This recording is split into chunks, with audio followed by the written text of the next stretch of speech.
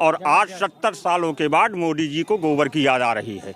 ये देश कितना बड़ा दुर्भाग्य है। आज जब चुनाव होगा तो राम मंदिर और अयोध्या की बातें होंगी, विकास की बातें नहीं होंगी। ये तो मोदी जी का हाल है। जिस देश का गृह मंत्री कह रहा हो कि 12वीं के बाद इंटरमीडिएट में जाने के बाद आपको लैपटॉप दिया जाएगा। धन्य हो मोदी, धन्य हो योगी। तो लॉ एंड ऑर्डर की क्या? मैं धनंजय तिवारी। ये लॉ एंड ऑर्डर की बात करते हैं, ये कुलदीप सेंगर की बात नहीं करेंगे, ये स्वामी चिन्मयानंद की बात नहीं करेंगे, ये हाथरस में एक जिंदा लड़की जला दी गई उसकी बात नहीं करेंगे, ये चुनाव में सिर्फ हिंदू मुसलमान की बात करेंगे, ये डेवलपमेंट की बात नहीं करेंगे, ये विकास की बात नहीं करेंगे। 100 करोड़ रुपए सीज कर लिया गया। आप परसों सीज होगा, सीज होगा। अगर किया 23,000 करोड़ के घोटाले को मोदी सरकार में हुए घोटाला मानेंगे? चलिए बताइए सर, क्या 23,000 के घोटाले को मोदी सरकार का घोटाला मानेंगे? बिल्कुल मानेंगे। और सबसे बड़ी बात है कि पीएमओ, पीएम केयर फंड, वित्त मंत्रालय का आरटीआई दायर क्यों किया? इनसे पूछे क्यों आरटीआई दायरे से बाहर कर दिया? क्या मनसा थी इससे मोदी जी की? ऐसे नहीं बिकने दूंगा, ये सी से नहीं बिकने दूंगा। एनएचआई को बेचने जा रहे हैं। ये एनएचआई को बेच दिए, एयर इंडिया को बेच दिए, भेल को बेच दिए, रेलवे बेच दिए, एलआईसी को बेच दिए। ऐसे नहीं बिकने दूंगा, ये सी से ये जुमला जनता आम जनमानस को बेवकूफ समझ। नमस्कार, आप देख रहे होंगे 24/7 में हूं आपके साथ सत्यपाल। मैं हूं अभी जौनपुर के सिविल कोर्ट में। समझते हैं वकीलों का क्या है रुख, किसकी बनेगी सरकार, कौन बनेगा मुख्यमंत्री और जौनपुर से विधायक कौन बनेगा। वकील एक अलग कहें कि समुदाय है, अलग तरह की विचारधारा है, पूरे के पूरे समाज में एक अलग तरह की पहचान रखते हैं, एक अलग तरह की अपना व्यक्तित्व रखते हैं, भूमिका अदा करते हैं कहीं ना कहीं सामाजिक कार्यों में। जानेंगे क्या है माहौल, किधर होगा मूड वकीलों का, समझते हैं। सबसे पहले आते हैं, क्या है शुभ नाम सर आपका? अभिनव मिश्रा नाम है मेरा। मिश्रा जी, चुनावों का माहौल है, 7 तारीख को वोट पड़ेंगे। अब की बार जनता का मूड क्या है? अब की बार जनता का मूड हमारे यहाँ से, हमारे जौनपुर सदर विधानसभा से हम लोग जनसत्ता दल से राजा भैया के साथ हैं इस बार। और हम लोग कौन है प्रत्याशी? रिंकू दिनेश सिंह उर्फ रिंकू भैया प्रत्याशी हैं यहाँ से।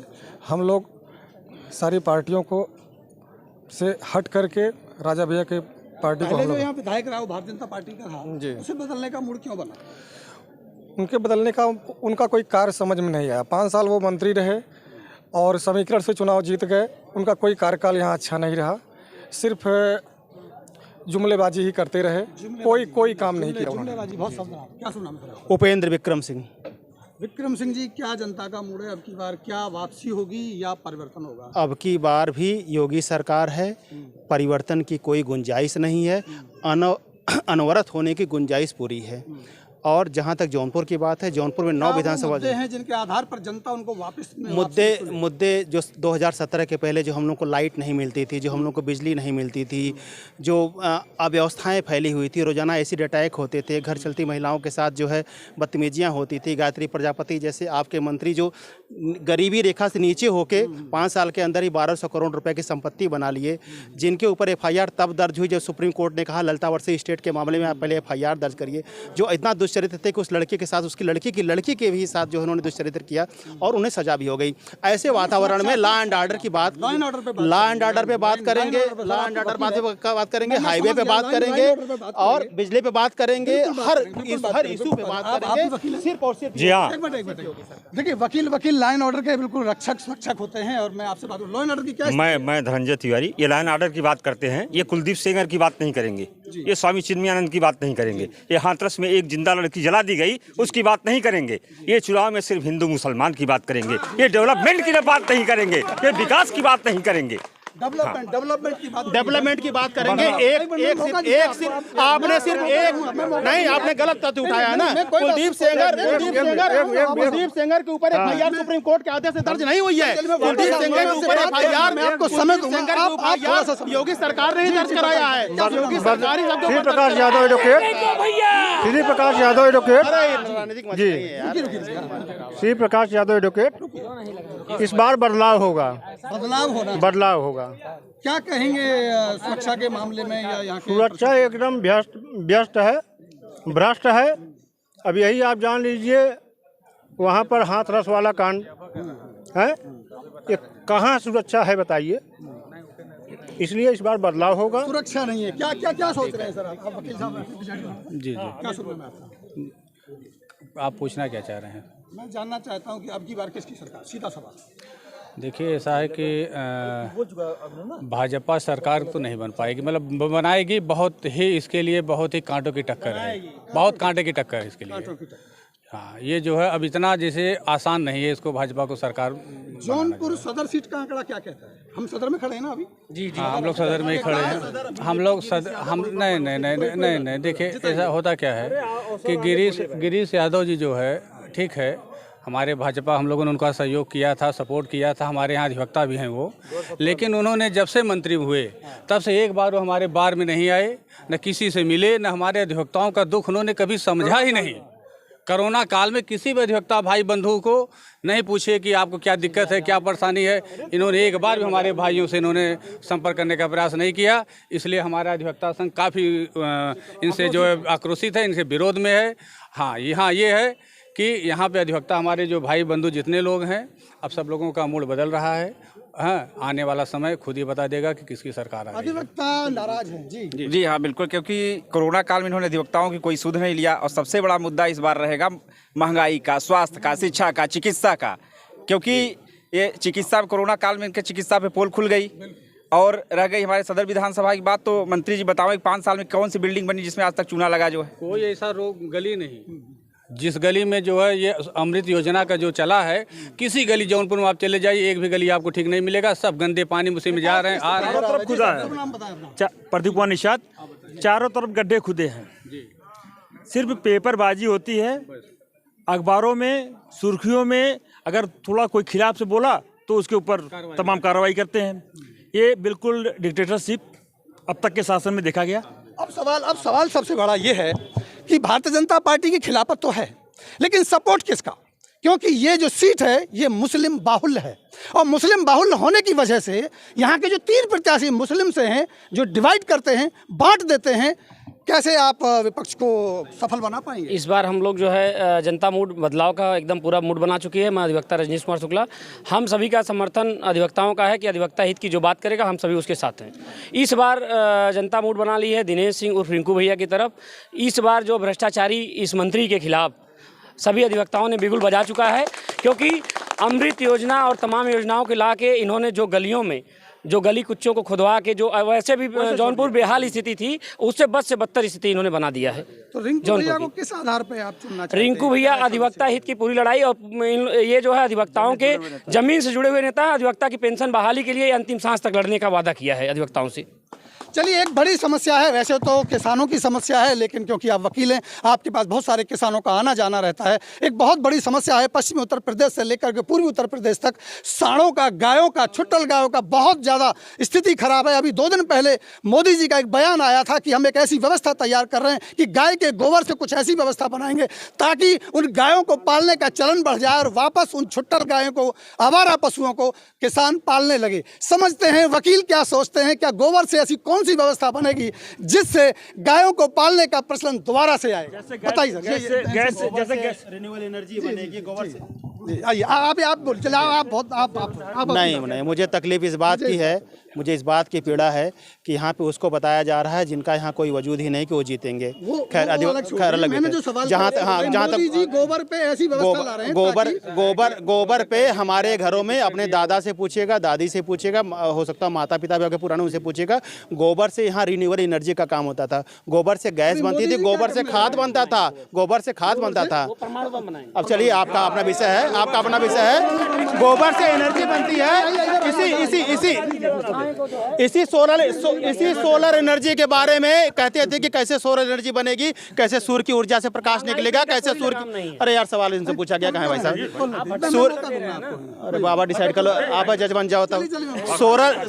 सोलर एनर्जी के बारे में, सौर ऊर्जा के बारे में कहा जाता था कि सौर ऊर्जा से कैसे संचालित होगा, लेकिन सौर ऊर्जा आज भारत में दुनिया के दूसरे नंबर पे है। सौर ऊर्जा दुनिया के दूसरे नंबर पे है। सौर ऊर्जा का निर्माण होगा गायों के गोबर से, ऐसा है, को रोकने के लिए मोदी जी बहुत विनम्रता के साथ मैं कहना चाहता हूं कि मोदी जी जो कहते हैं, मोदी जी तो 15 लाख रुपए भी दे रहे थे आज इस देश में बेरोजगारी महंगाई चरम सीमा पे है और आज 70 सालों के बाद मोदी जी को गोबर की याद आ रही है।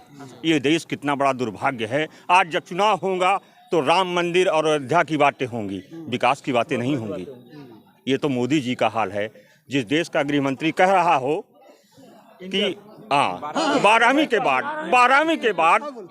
के बाद इंटरमीडिएट में जाने के बाद आपको लैपटॉप दिया जाएगा। धन्य हो मोदी, धन्य हो योगी। आपको मैं प्रणाम करता हूँ। देखिए, जहां अभी तक हम लोगों ने लगभग यहाँ 50 से 45 साल के लोग होंगे, पहली बार 12वीं पास के बाद इंटर मैंने सुना है हम लोगों ने। ये हुआ। बेटी बचाओ, बेटी देखिए ये हर नहीं इस मामले में देखिए, हर शासन में थोड़ा बहुत कमियां ज़्यादा होता है, लेकिन इस शासन में जहां अपराध हुए उनको दबाने का प्रयास किया गया और जो पीड़ित है उसको उल्टा सजा मतलब कहने का मतलब ये है। अभी सर कह रहे हैं कि भाई स्लिप टंग हो गया। स्लिप टंग का मतलब चलिए सेंगर का उदाहरण हमारे एक भाई ने बताया। स्लिप टंग का मतलब कहीं ना कहीं भारतीय जनता पार्टी की बौखलाहट नजर आती है। जी सर, बोलिए सर, क्या कह रहे हैं? सरकारी संपत्तियों को हनन पहुंचाने वालों के ऊपर मुकदमा होता है आम जनमानस पे, और सरकारी संपत्तियों को बेच देने वाले के ऊपर क्या कार्रवाई अभी तक हुई है, इस पे भी हम लोग विचार स्पष्ट करना चाहते हैं। सरकारी संपत्ति बेचने वालों का कुछ नहीं होगा। सरकारी संपत्ति को नुकसान पहुंचाने वाले जो अपने हक में आंदोलन करते हैं, सरकारी संपत्ति का नुकसान पहुंचाते हैं, जो हमारे देश की प्रथा रही है सैकड़ों सालों से कि जब जब सरकार ने कुछ गलत किया है आंदोलन हुए हैं और आंदोलन से सरकारी संपत्ति को नुकसान पहुंचाया जाने की व्यवस्था रही है। उनसे वसूली होगी और जो सरकारी संपत्ति को बेच देगा, उसका दोहन करेगा, उसको पद से और ऊपर नवाजा जाए। सरकारी संपत्ति को बेचने का आरोप मोदी जी के ऊपर लगता है। सरकारी संपत्ति को बेचने वाले मोदी जी के घर के परिवार के लोग, उनके बुआ, फूफा, चाचा, मौसा मामूली से मकान में रहते हैं, मामूली से सब्जी की दुकान है, किराने की दुकान है, पेट्रोल पंप की दुकान पर काम करते हैं। और जिनको कहते हैं कि आप सरकारी संपत्ति को बड़ा सुरक्षित रखा, वह मिरिया बाडा 1800 करोड़ की मालिक हैं, अभी 18 साल क्रॉस नहीं किया है। आपके सोनिया गांधी जो है दुनिया के चौथे नंबर के उद्योगपति हैं, चौथे नंबर की अमीर महिला हैं, जबकि उनके पास अभी तक कोई प्रोडक्शन, कोई मैन्युफैक्चरिंग नहीं है। आप सरकारी संपत्ति को बेचने का हमारे ऊपर आरोप लगा रहे हैं। अरे आपने तो देश को बेच दिया, हमने तो उसे सुरक्षित रखा, हमने तो उसे संरक्षित रखा, हमने उसको प्रोटेक्शन दिया, हमको संरक्षण दिया, उसको सुधारा, उसको बढ़ाया। एक सवाल और आपसे पूछेंगे सर, एक मिनट रुकिए। आज से 5 दिन पहले भारत के इतिहास का सबसे बड़ा बैंक घोटाला हुआ। 23,000 करोड़ को लूट करके गुजराती बाहर चला गया। टीवी के ऊपर ऐड नहीं चलता, टीवी के ऊपर न्यूज नहीं चलता। बताता हूँ, मोदी सरकार का सबसे बड़ा भ्रष्टाचार टीवी पे दिखाई नहीं देता। 72% का शेयर मुकेश अंबानी को टीवी का चला जाता है। क्या कहेंगे सर मोदी जी? हम बता रहे हैं, जहाँ तक 23,000 करोड़ रुपए की आपने बात की, एबीजी शिपयार्ड का जो फ्रॉड था, ये पिछले 8 सालों का फ्रॉड था, 8 सालों का फ्रॉड था। और आप 8 साल से सरकार बता रहा हूँ। राहुल चौकसी की बात करिए, मेहुल चौकसी की बात करिए और विजय माल्या की बात करिए। 1200 करोड़ रुपए का फ्रॉड किया था, 1800 करोड़ रुपए सीज कर लिया गया। आप परसों सीज होगा, सही होगा। अगर किया 23,000 करोड़ के घोटाले को मोदी सरकार में हुए घोटाला मानेंगे? चलिए बताइए सर, क्या 23,000 के घोटाले को मोदी सरकार का घोटाला मानेंगे? बिल्कुल मानेंगे। और सबसे बड़ी बात है कि पीएमओ, पीएम केयर फंड, वित्त मंत्रालय का आरटीआई दाखिल क्यों किया? इनसे पूछे क्यों आरटीआई दायरे से बाहर कर दिया? क्या मनसा थी इससे मोदी जी? बताइए सर, कैसे आरटीआई? हम बता रहे हैं, मास्क मत लगाइए, आप जवाब दीजिए अगर आप बता रहे हैं। देखिए, जहाँ तक इसके पहले था, विजय माल्या को हमने भगा दिया, मेहुल चौकसी को हमने भगा दिया।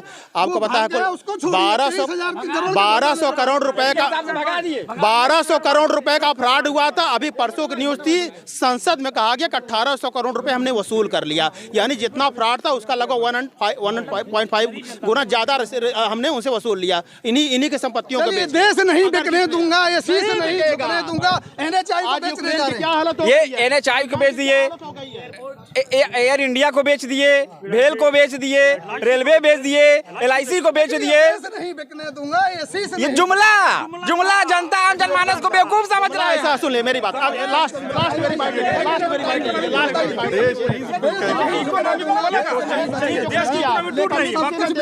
चुनाव के लिए देखिए फ्यूचर दिखाना पड़ता है, उन्होंने फ्यूचर दिखाया है और बिकने को सब कुछ बिक गया है। सभी अभिनंदन वापस लौट के आया था, सौरभ कालिया की लाशें आती थी, अभिनंदन वापस अब ये इनकी खाली जुमलेबाजी है। NHI, रेलवे, बैंक, LIC सब कुछ बेच दूंगा लेकिन बिकने नहीं दूंगा, नारा देता रहूंगा। जुमलेबाजों को भगाया जाए और जो अच्छी सरकार है अधिवक्ताओं के बारे में सोचे और बेरोजगारी को हटाए, वही सरकार आए और जो महंगाई, शिक्षा, बेरोजगारी पर बात करेगा वो सरकार बनाएगा। बदलाव की बहार है या वापसी की तकरार है, इसी विषय पर हमारी पकड़ बनी रहेगी। आप जुड़े रहिए होंगे 24/7 के साथ। अगले और किसी माहौल पर हम आपको एक बार फिर मिलते हैं, तब तक लेते विदा, नमस्कार।